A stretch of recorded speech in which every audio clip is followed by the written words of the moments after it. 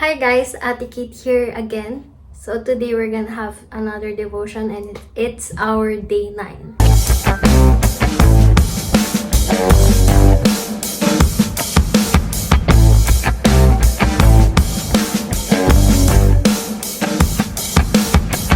Let's pray first. Lord, thank you sa araw na to na binigay niyo sa amin at we are really blessed to hear your word today, O God. I pray na kayo po, Panginoon, ang mabigyan ng kapurihan, pagsalita ngayong araw na ito.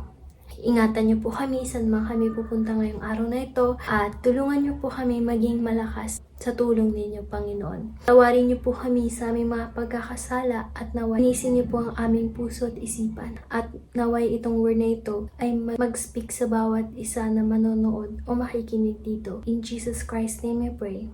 Amen. We're gonna talk about Proverbs chapter 8 verse 34 to 35. It says here, "Blessed is the man that heareth me, watching daily at my gates, waiting at the post of my doors. For whoso findeth me findeth life, and shall obtain favor of the Lord."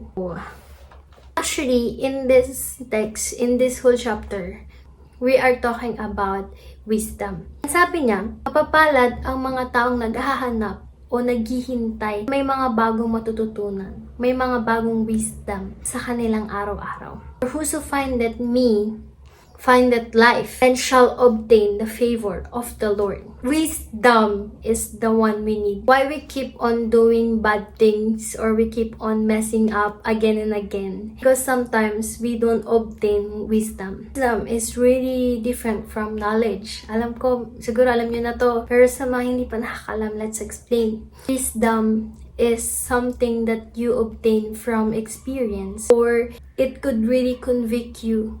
Tingnan mo yung isang bagay na kakaiba na dahil sa wisdom. Or gagawin mo yung isang bagay na maganda, mas efficient because you have wisdom. Knowledge is just something that you know, something that like information. You have many knowledge, but it's harder to obtain wisdom. One thing na laging talagang binabanggit sa Bible is, sabi na the fear of the Lord is the beginning of wisdom. And as Christians, we must obtain wisdom. We must be wise in everything that we do because we don't know kung ano yung mga mangyayari sa atin sa araw-araw sa kinabukasan natin. Hindi tayo pwedeng magyabang sa ating future. And also, there are a lot of at enemies attack. That's why we have to be mapagmatsyag sapagkat hindi natin alam yung mangyayari.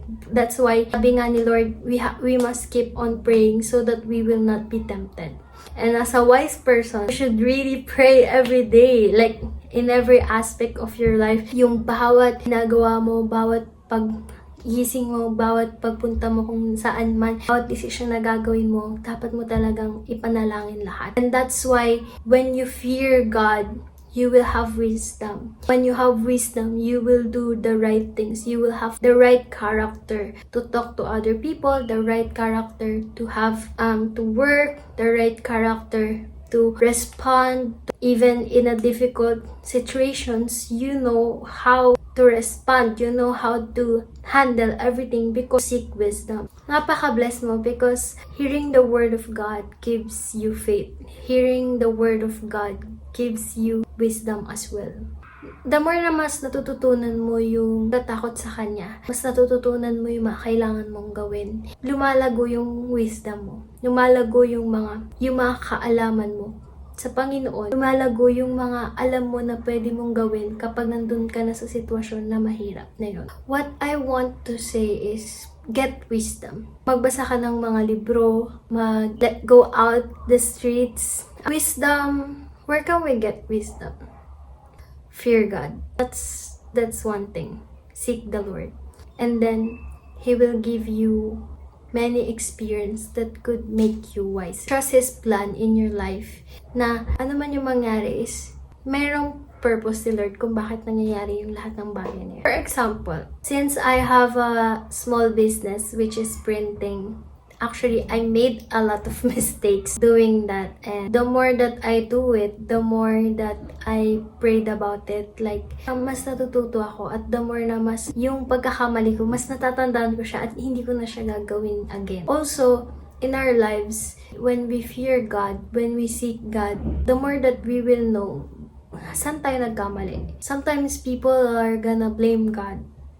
Like, anong ginawa kong kasalanan, Lord? Bakit ako na naman? Bakit ba lagi mo na lang akong tinitingnan? Bakit ba lagi mo na lang akong sinasaway? Bakit ba ganyan, Lord? Lagi ka na nakatingin sa akin. Ba't mo ba ako pinaparusahan? But actually, God has nothing to do with your failure. You're the one who did those things. You're the one who chose that path. You're the one who chose that decision. So why would you do something not so good and then blame it to God? But you know what? God is so good because He is giving you a chance to change your mistakes, giving you a chance to do well next time. He is giving us wisdom. That's really amazing. Thank you, Lord, for the wisdom talaga. At alam ko na kasama natin ang Panginoon, kaya hindi mo kailangan mag-alala pa sa mga susunod na tatahakin mo sa buhay mo. Salamat at nandito ka.